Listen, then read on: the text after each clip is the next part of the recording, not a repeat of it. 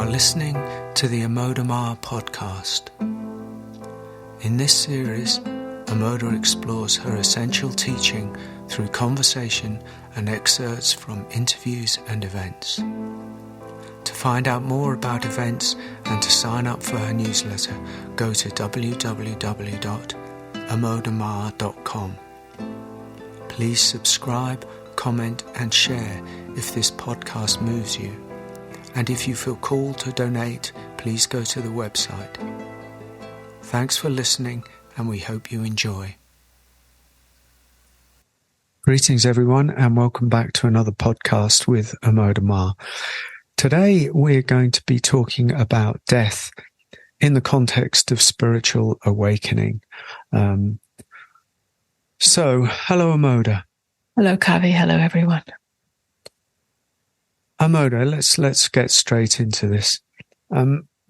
First of all, kind of why is it important to consider death in the conversation about spiritual awakening?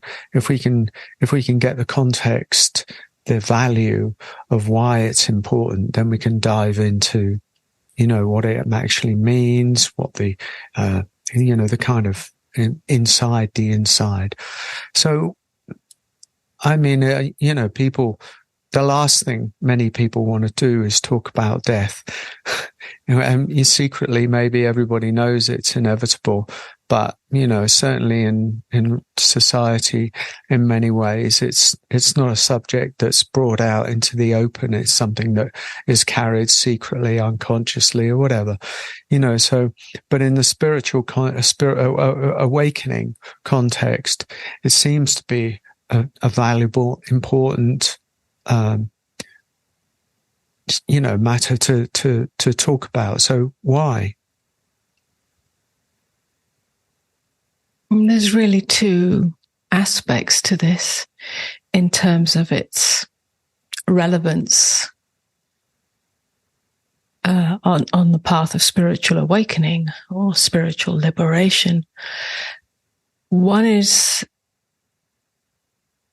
as you mentioned just now, death is often something pushed away. It's either a taboo or it's too scary or we just don't talk about it or, it's a superstition around it or fear around it.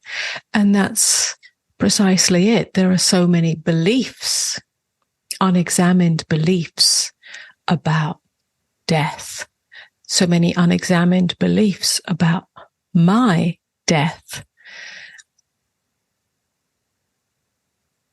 And spiritual awakening,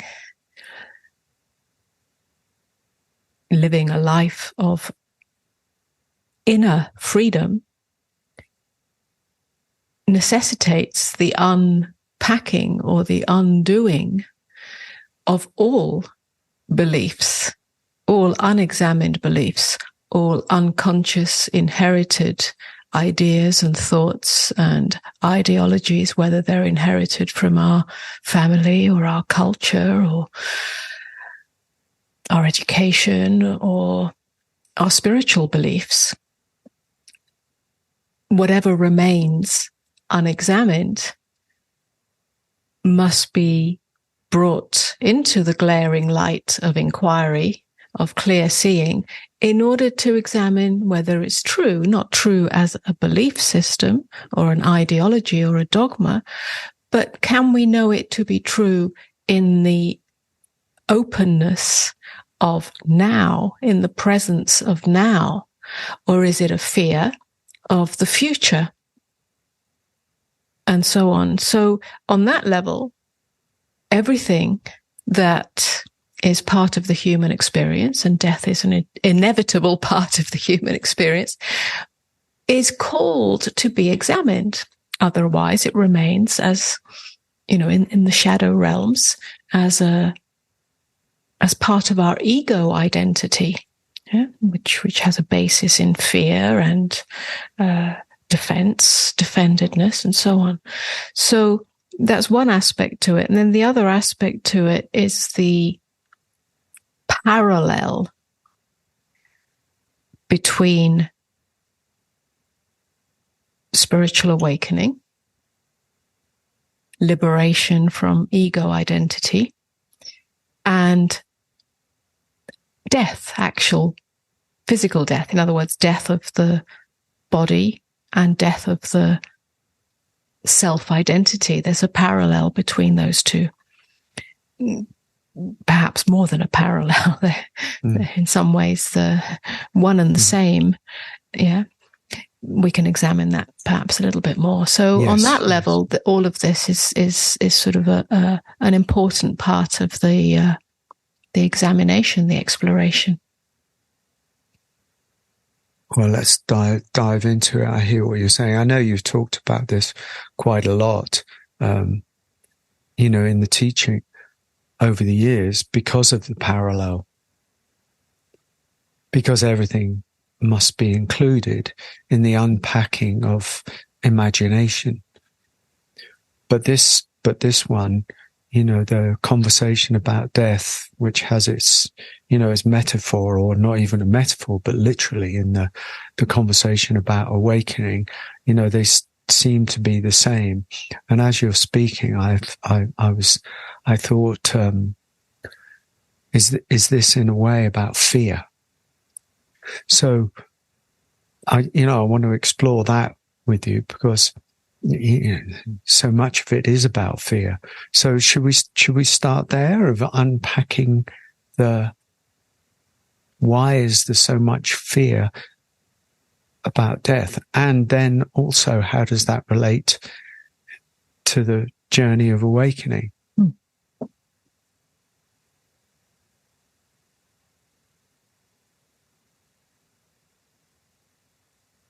Yes, fear. The fear of the end of me. The fear of the end of me as a separate entity. That's the same existential fear, both in what appears as physical death, the end of this form that I know myself as, which is body. In fact, it's mind body. But this self that I identify with, this mind body experience, this mind body vehicle, entity, if you like, form, is what I identify with.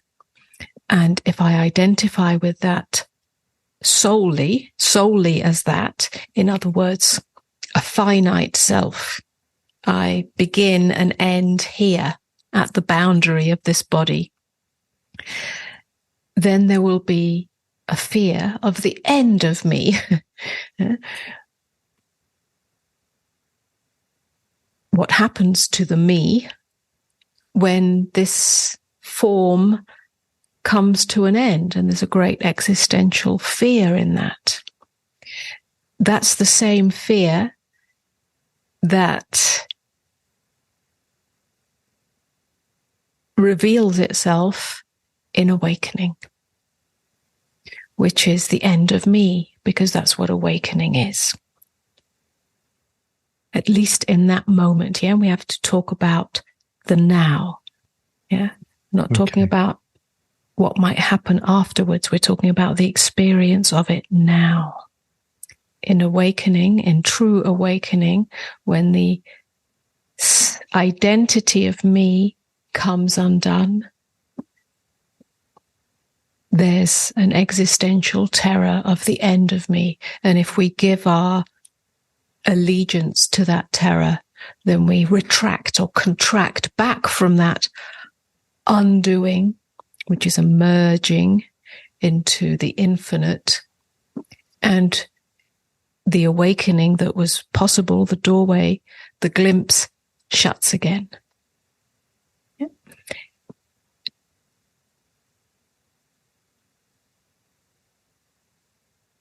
So examining the possibility of meeting fear is, or the willingness to meet fear is of relevance both in the meeting of death as a form and in the potential of awakening.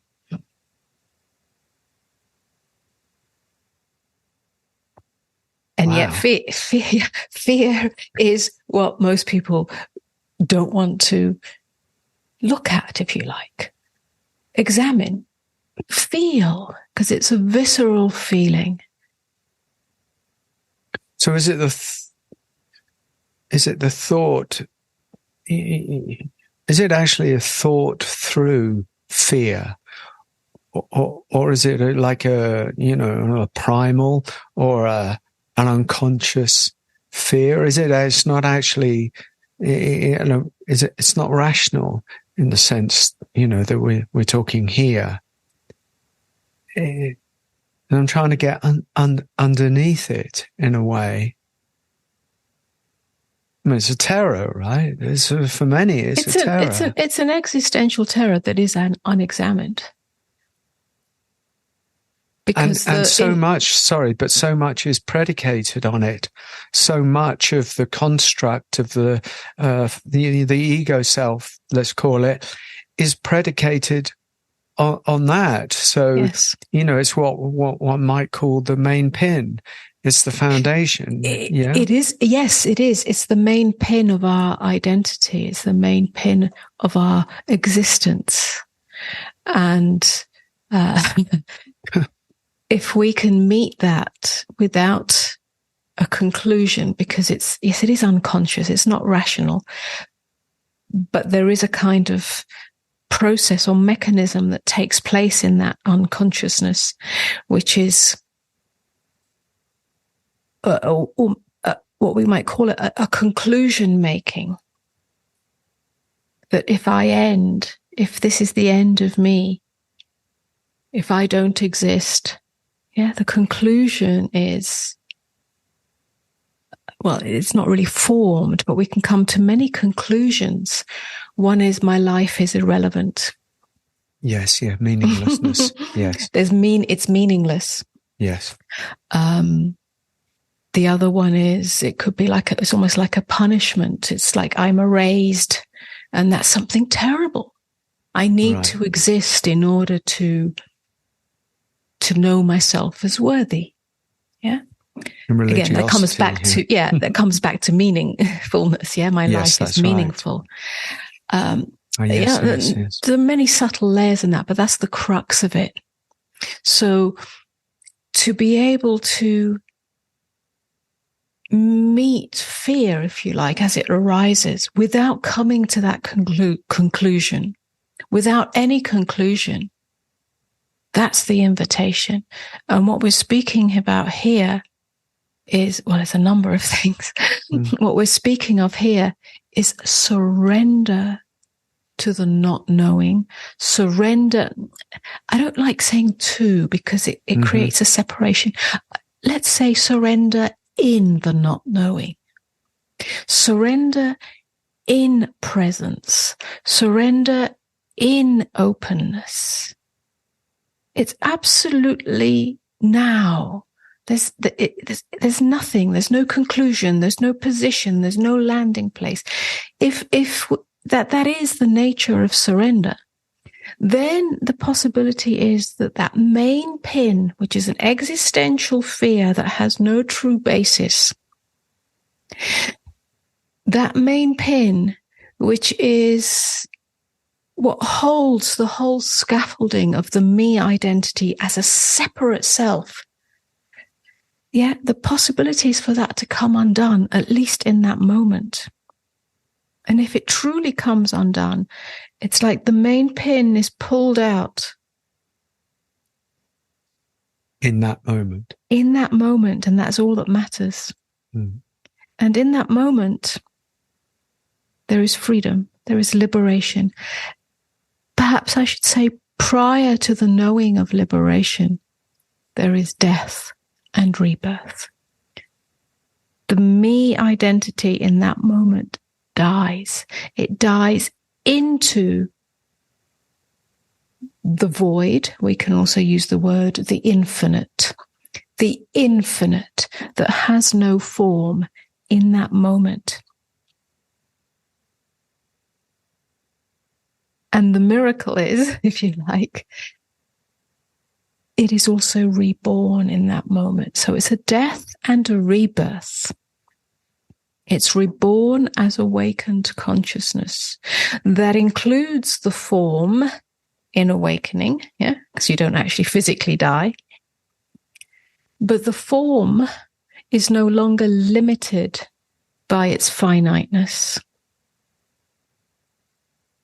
And that ends the fear of death.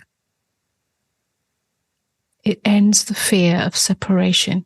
In that moment, you are no longer separate.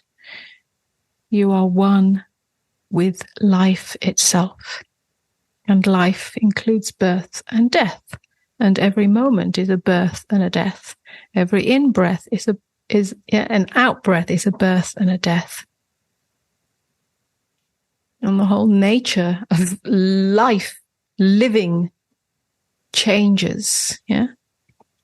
In what way? In what way? We're free to live fully. To live fully in the now, as it is, without the fear of the future moment, without the fear of being separate, without the fear of existing or not existing. Yeah? That whole issue, if you like, of whether I exist or don't exist, whether my life is meaningful or not meaningful, whether life is meaningful or not meaningful, comes undone. The byproduct of that is that we're more intimate with life as it is. So rather than making it more meaningless,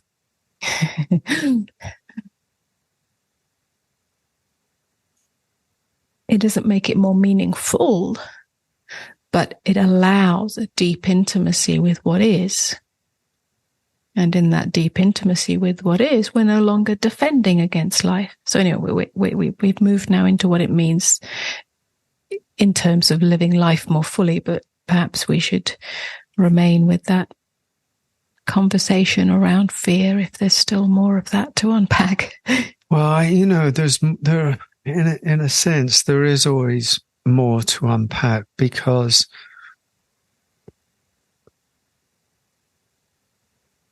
it seems to be a great. I'm still trying to get underneath into why it's so difficult. Or do we have to talk about impermanence? Do we have to talk about? Do we have to talk about who is surrendering what? I'm trying to get underneath somewhere. There's more, basically.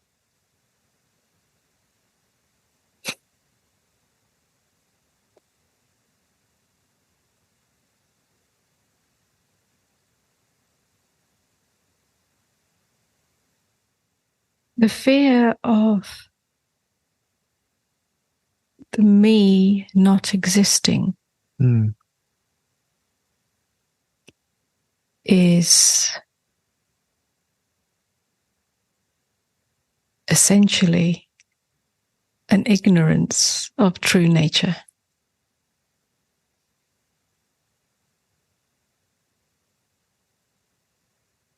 Which is, again, an unconscious attempt to make the impermanent permanent. Yes, good, yeah. So again, there's various aspects to this. One is the acceptance of impermanence, or the seeing of impermanence as the nature of existence. All forms come and go wherever we look, in the external world, in the internal world. There's a whole examination there.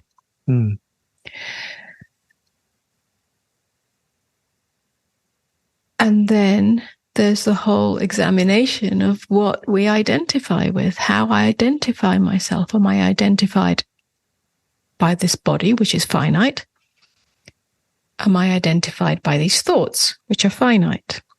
Am I identified by these feelings, emotions, perceptions, which are finite?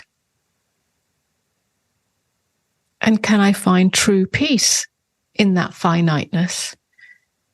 Or is there something more essential, more true, more eternal than that, which is the whole spiritual inquiry? Yeah, or longing to come home to true nature, to know that which is eternal, and to live as the finite self whilst not being limited by that. Because once we discover that which we are, which is not limited to me or you, it's not limited to the individuation, then that undoes the whole scaffolding of erroneous identity and undoes the fear of the end of me.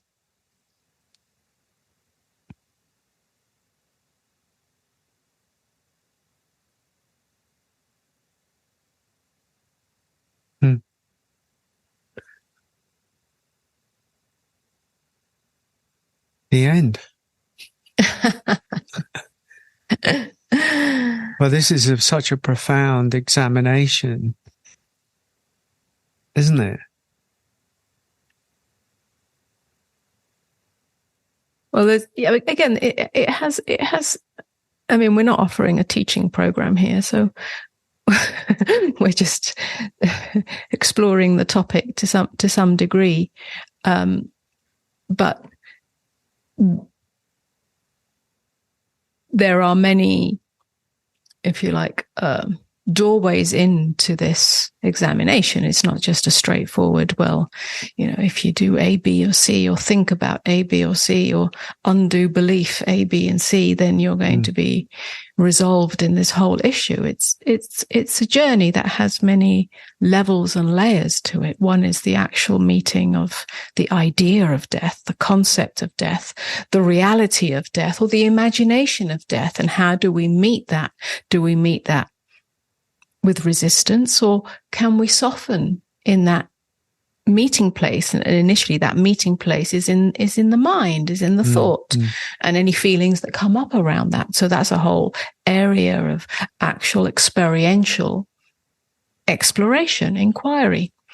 And then there's the whole arena, if you like, of identity. Who am I?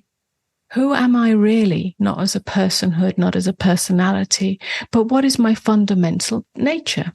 So then that has its whole area of exploration and inquiry and meditation and contemplation and so on.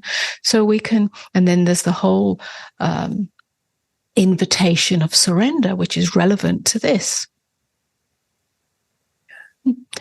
What does that mean? What is surrender? How does it energetically feel to surrender in the now? Are we willing? What are we really willing to commit to in this life? So there are many lines of inquiry, if you like, that can be brought into this, and that would be, that's a lifetime's exploration, or maybe not a lifetime, but yeah.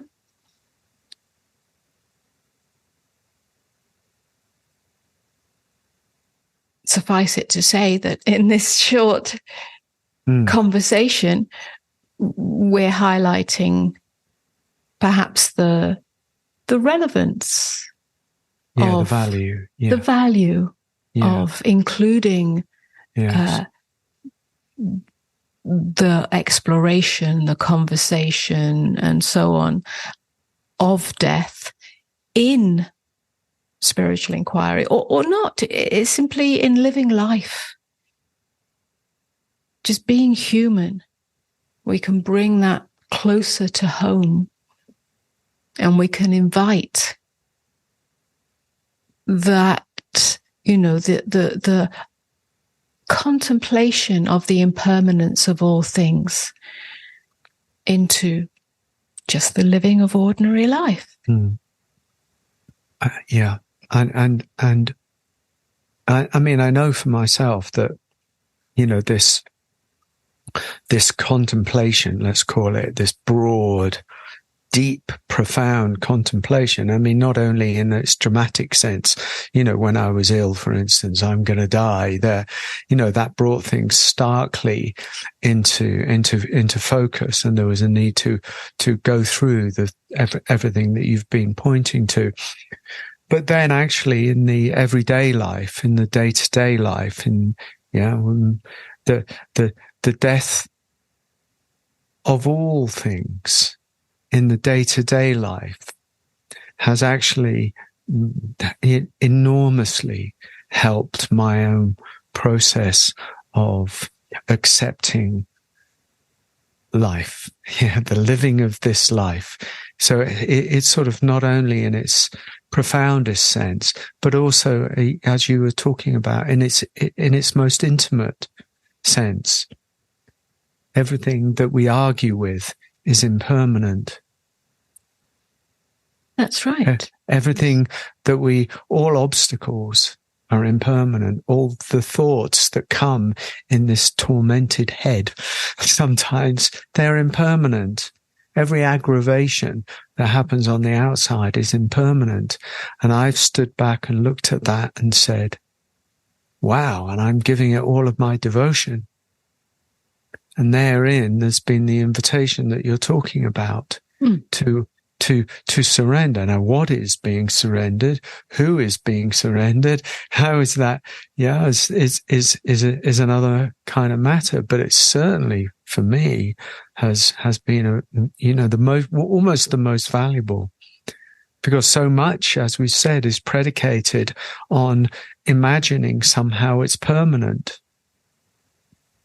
Yeah, so that's it. What you're speaking of is the invitation to die before you die.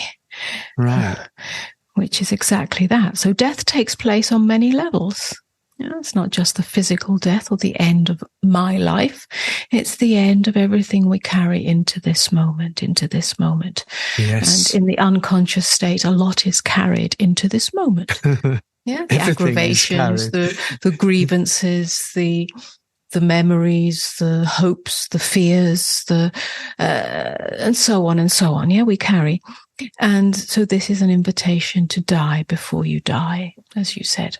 If you want true peace, if you want true liberation, if you want true awakening out of the dream state of me and my thoughts and my beliefs and my opinions and my regrets and my this. And of course, that's all experienced as part of the human experience. But in each moment, we're invited to enter the moment nakedly. Naked. Yeah. Empty. Yeah? Empty. That's the invitation.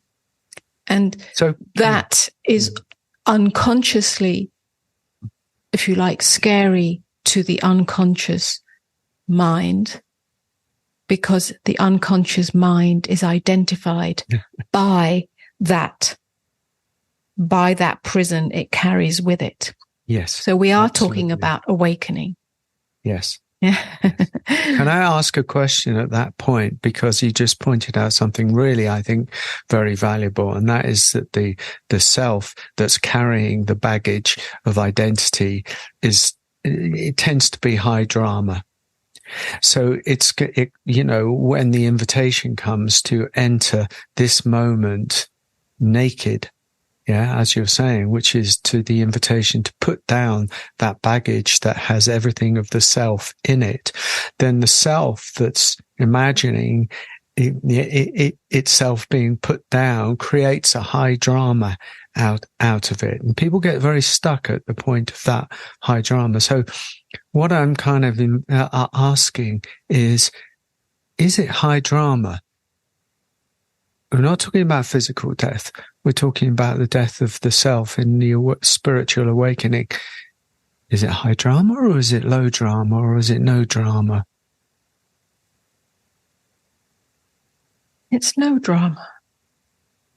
Which means what? means a deep relaxation, a deep exhale into the now. There's no drama in that. Very soft, huh? It's very soft. That's the nature of surrender. There's no drama in it. We make it a drama if we want to. We imagine it to be a drama if we want to. There's no struggle in surrender. There's no struggle in death. It's a deep exhale into that which we already are.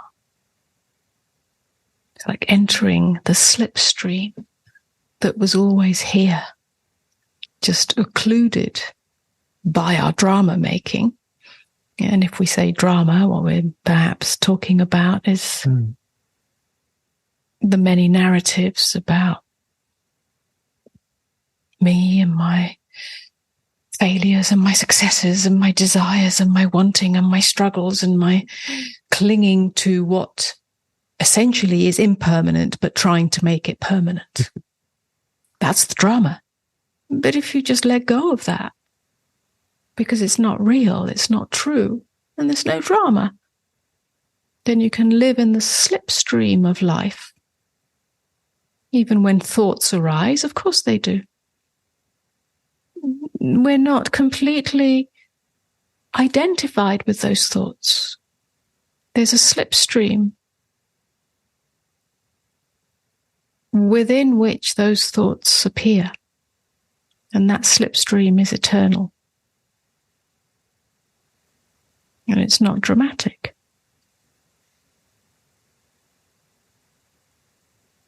Like entering natural reality. Yes. And the drama is a madman or a madwoman. This is seen as such. I remember, if I look at, some of my drama and dramaticness, it looks like the ravings of a madman that's accepted as normal, really. But from a certain place, the place that I think you're talking of, that looks insane. It looks like high drama, as you say, which is a fundamental thing, trying to pretend the impermanent is permanent.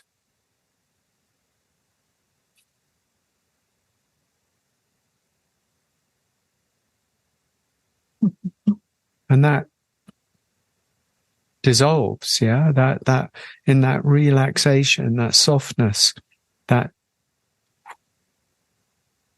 Yeah. So this is something that we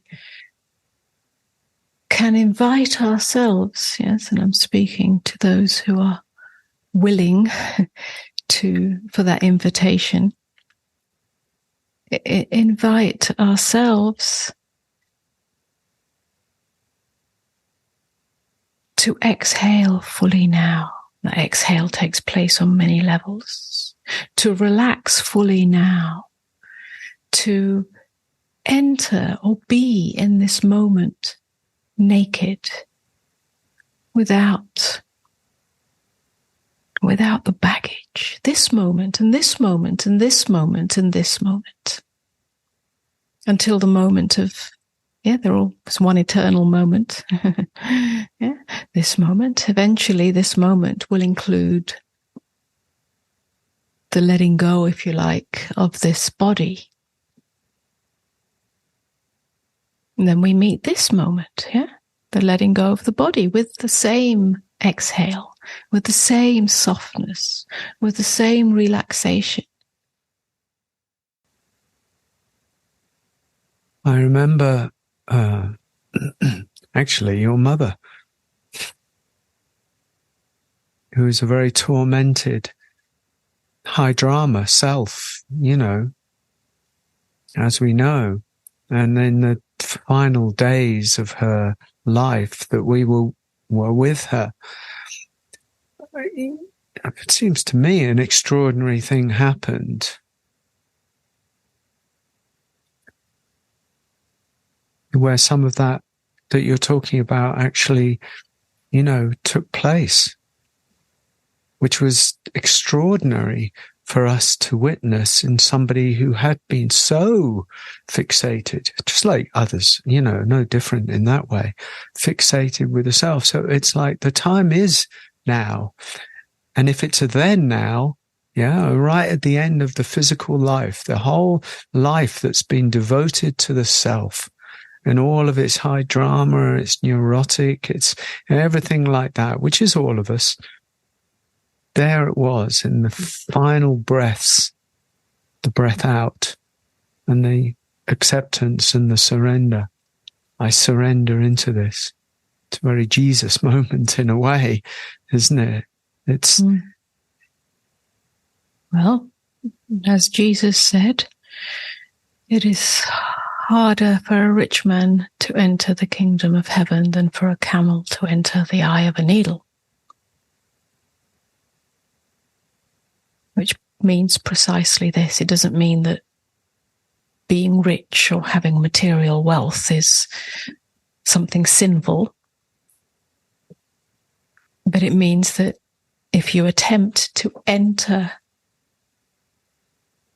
the kingdom of heaven, which is peace, which is the infinite,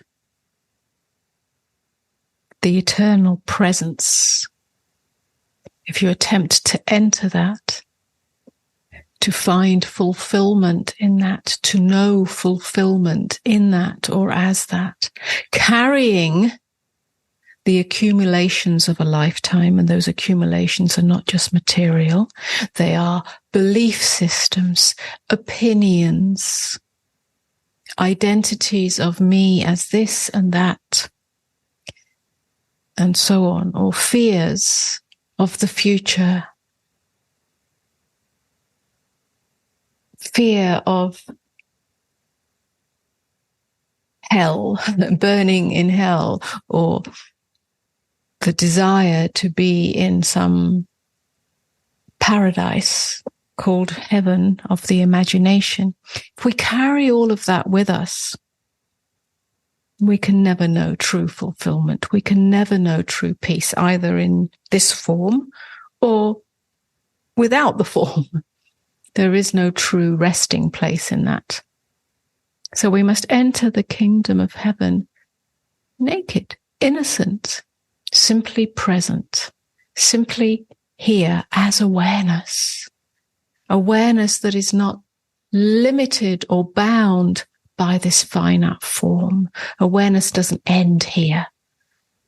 This is simply an experience, a sensation, a perception.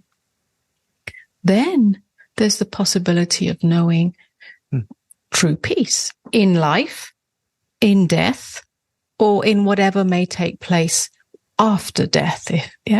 It's all part of one seamless experience. Yeah? And awakening, should it reveal itself as an abiding and embodied awakening or knowing of that,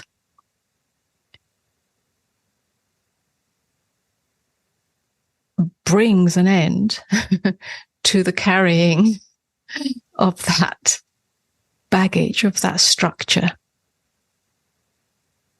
I think you're what I hear in you is in a very profound invitation to become naked,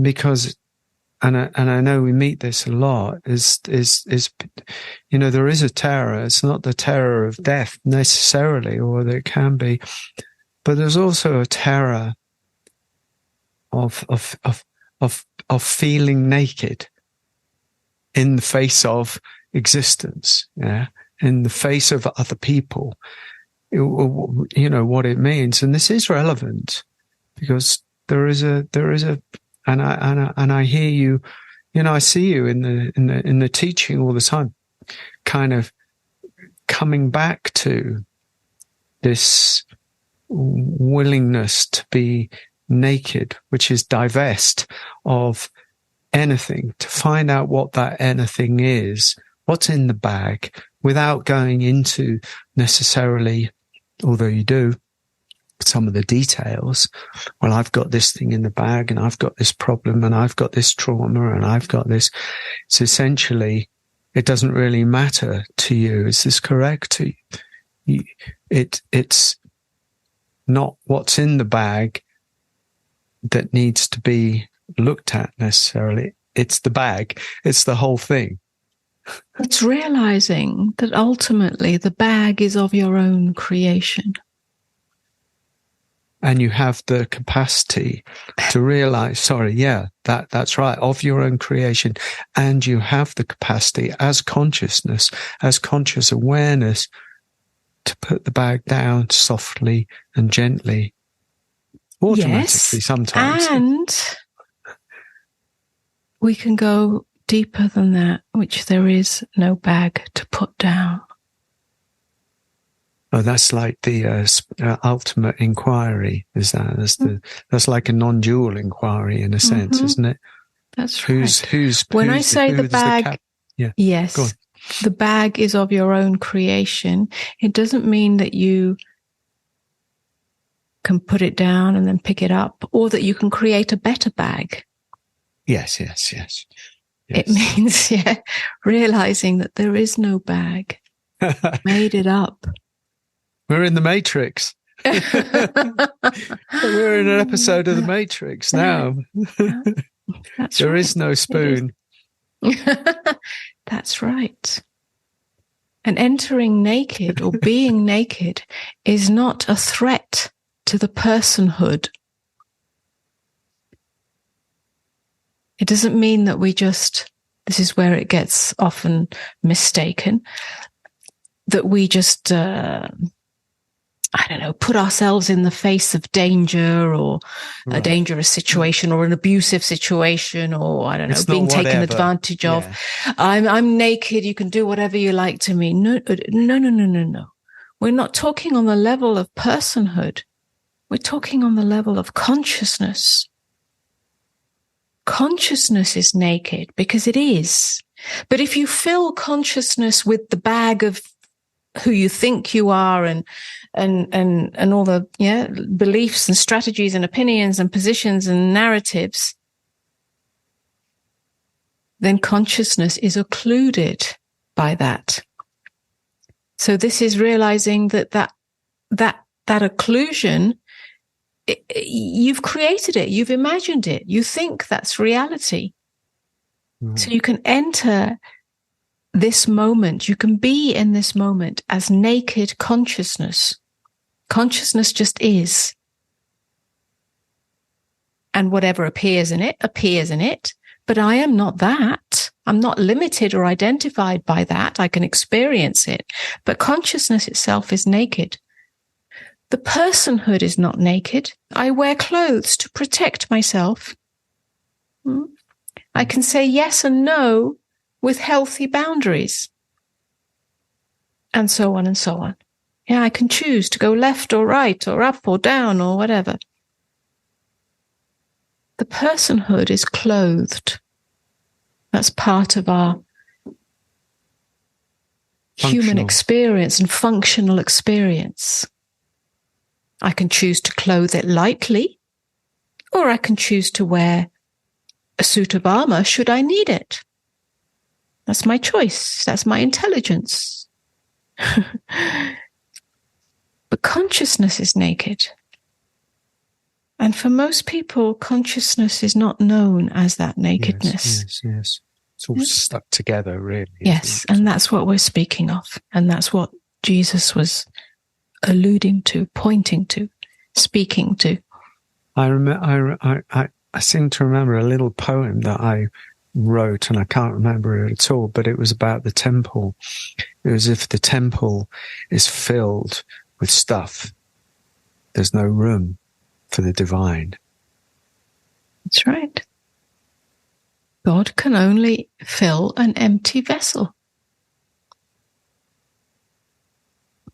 That's God consciousness, the essence of who you are, not as another belief system, but the essential godness and goodness of what is, the infinite, unbounded consciousness, awareness that is always here. Can we know that, truly know that, and yet the human experience takes place within it? Wow. Well, no, that is the wow, because that's the capacity to be in the world fully and to not be of the world at all. That's it. Be in the world, but not of the world. Yeah. So there's no deniability. There's no denying the human experience with its movement, because there is a lot of movement in the human experience, and there are all manner of experiences that happen within the daily life. Some of them are challenging, some of them are difficult, some of them are easy, etc., etc. But when we're totally glued to that, it's suffering. This is suffering. That's right. So then the human experience can be experienced, or shall I say, met more lightly. Of course, there are challenges. Of course, it can be intense, and there is an intensity, but even that, paradoxically, has a lightness of being in it, because it's impermanent. Every experience is impermanent. Whether it's intense or not, it's impermanent. But that impermanence, as far as I understand with you, is not met with it's not that cold, detached. It's impermanent, and I've seen it's impermanent, and la-da-da, nothing can touch me. No, we go back to the intimacy that was spoken of right at the beginning. There's no detachment here. It's impermanent. And my identity is not glued to that. Yeah. So in that sense, there's a detachment, but it's not detached in the feeling sense. There's no separation. There's no, so it's distance. It's intimate. There is a digestion of it, but there's no holding on to. This is why we've talked about digestion before in the metaphorical sense. In that way, the world enters us. It just kind of penetrates us, but it's allowed. It's not held on to. It's assimilated and metabolized, but it is not identified with. We don't derive our identity, our sense of self from it, and therefore the self is neither good or bad or punished or blessed, dependent on its experience, dependent on life's movement. It doesn't become the foundation of who we are. So it opens up a whole new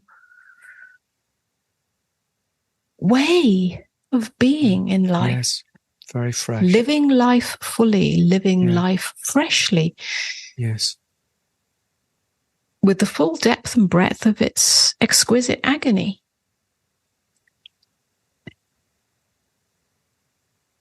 But it's not a problem or burden as it used to be when we are fully identified with it. So death is vital to life. Right. Meeting death, dying into the now, dying before you die, everything we've spoken about, meeting fear, existential terror, entering nakedly, all of this is relevant to the living of life now, fully, totally, as openness, as presence. It's inescapable. Life is inescapable whilst you're having an experience of life. So this serves the living of that life. Whether it's meaningful or not meaningful is irrelevant. The meaning is inherent in the living of that fullness.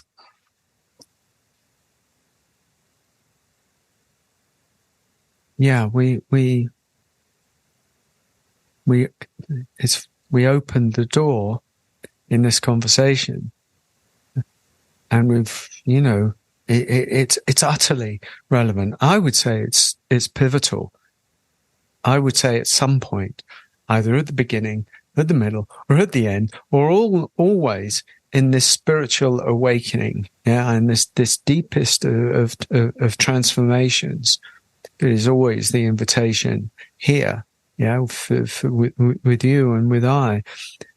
This is it cannot be neglected because of the metaphor of it. Not even a metaphor. It's not even in that realm. It has to be brought into the intimacy of this experience. It has to be faced, basically. It has to be faced. And in the facing, so much is brought, so much of the imagination is brought to it. So much of the fear is brought to it. There's the opportunity to see, what is imagination? What have I been carrying? Yeah, so essentially, what dies is that which is false, that which is built on false premises, whether it's my beliefs, my opinions, that which I think needs to be defended, that which I think needs to be upheld, the fears that are not based, do not have a basis in truth, but are in the imagination, the identities of who I am, who I think I am, if they are based on a false premise, in other words, unconscious conditioning, unexamined conditioning, inherited conditioning, then that is what dies. So when I say there's a death and a rebirth in awakening, that's what dies. This body doesn't die in that because it's still alive. Yeah, that's what's happening. But what is false in that dies.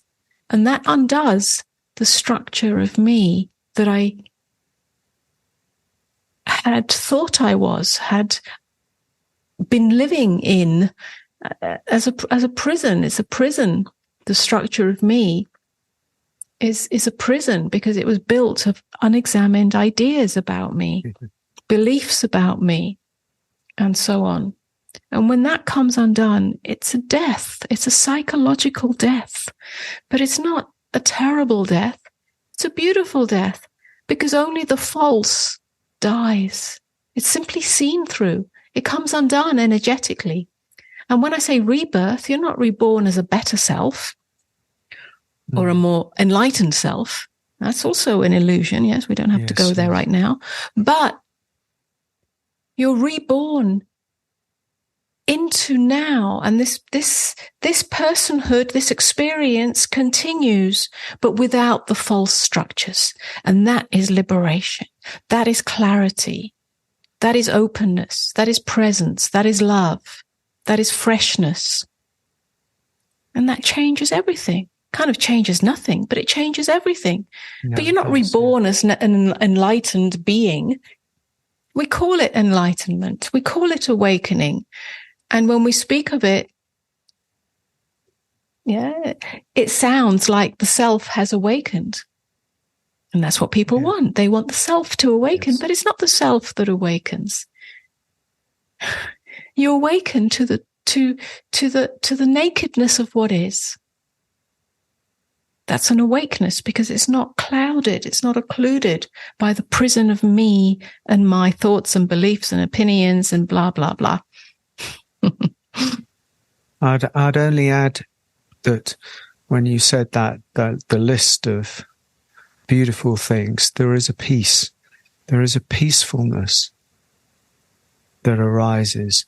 There is a peacefulness that is revealed, even in the drama of the world.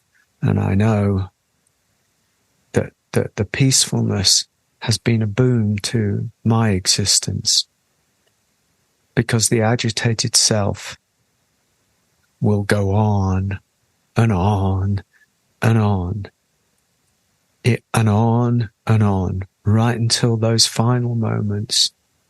And there's a certain end of the agitated self that is a great relief to one's existence. Yeah. And the only other thing that I would say is that, the invitation to those listening is that this is an ongoing death. It's an ongoing meeting. Yeah. An ongoing meeting. You fail, who cares? You fail, you get identified, you fail, you die again. Let the one who's failed, who believes that they haven't made the mark, let that one go and die as well. Absolutely, yes. Isn't it? Yes, that's right. But It's an ongoing holding invitation. on to the self that's failed that's to achieve right. enlightenment. That's it's absurd, yes. but we do that. Yeah, because we're tricky. Well, we do that until we don't. Yeah. We do that until we don't. It's a very true statement. Yeah, it's a very true statement. Okay. Have we explored? I think that's a good enough exploration. Yeah? Yes. Okay. Let it die into the now. Let's let it go. Okay, Amoda, thank you so much for that. Thank you so much for listening, everyone. And I hope this has brought some clarity and some, juice into your lives. And I hope you can meet life and death with the same great equanimity. Put down the bags and live now. Bless you. And thank you so much, Amoda. Namaste. We'll see you again soon. Take care. Be well. Goodbye. Namaste. Bye-bye.